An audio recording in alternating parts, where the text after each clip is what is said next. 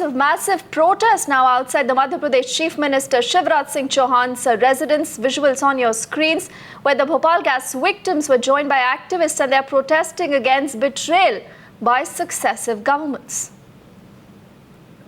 We've been waiting for so long. It's been 30 years. This is the 30th anniversary of the disaster. And the government has knowingly been neglectful towards the compensation issues, towards issues of contamination that is ever spreading. We have come to tell the government to wake up to the reality of Bhopal and after 30 years do what it should have done long back. We are demanding two things. We are demanding that for additional compensation, the government must revise the figures of death and injury in the curative petition that is pending in the Supreme Court.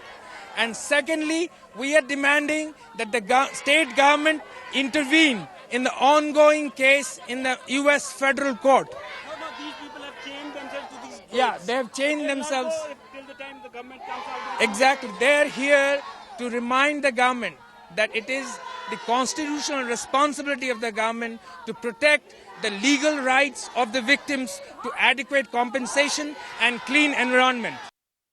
Hemendra is joining us on the phone with the latest on this. Hemendra, around the time of the anniversary of that tragedy, once again the victims and activists sharing their disappointment.